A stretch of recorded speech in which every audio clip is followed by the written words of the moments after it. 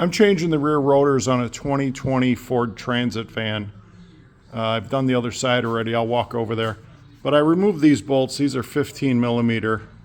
Everything's pretty rusty. This van is from Illinois, and this has 110,000, and it's been sitting a couple weeks. But those bolts bolt into the face of this. Then this portion stays with the car van, and this axle comes out with all the way out. It's going to look for the other one. You pull the axle out, get a pan. There's going to be some fluid coming out of here. This surface right here is very rusty.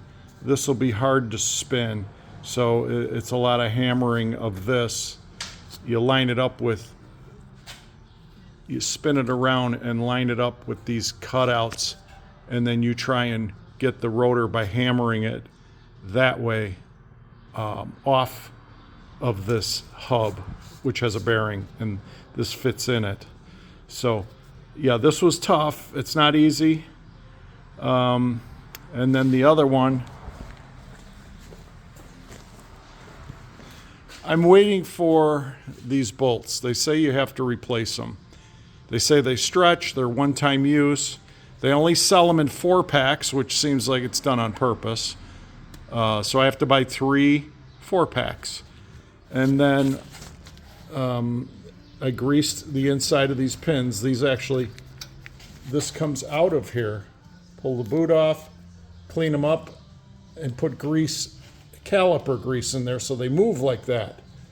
But I had to clean this surface right there to even get this to rotate where I needed it. So I used a file to clean up the surface that this new rotor sits on. And then I'm going to clean this with brake cleaner after everything's done. But yeah, and they have Loctite on these, so they say to use them. I don't want to risk it. I don't know how much the bolts are, but I'm going to find out. And then also there's the brake sensor, only on one side. Right here. That, once you put the caliper on, by the way, this needs to be spun in. This to give room for the new brake pad. I haven't got to that part yet, but I've put pads on this van before. So I'm going to look for my tool, and that turns either clockwise or counterclockwise. I don't remember. But this sensor goes in the pad only on the driver's side. It goes right there.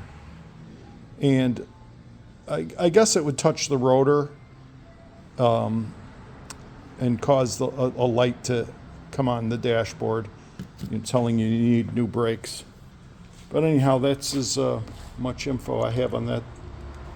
This has the cutouts. There's a tool for spinning that, and that'll go inward. It's because it has a parking brake. But yeah, and I used a screwdriver in here to get this axle out, and it just suddenly popped out. This will remain, and this will spin into these open gaps.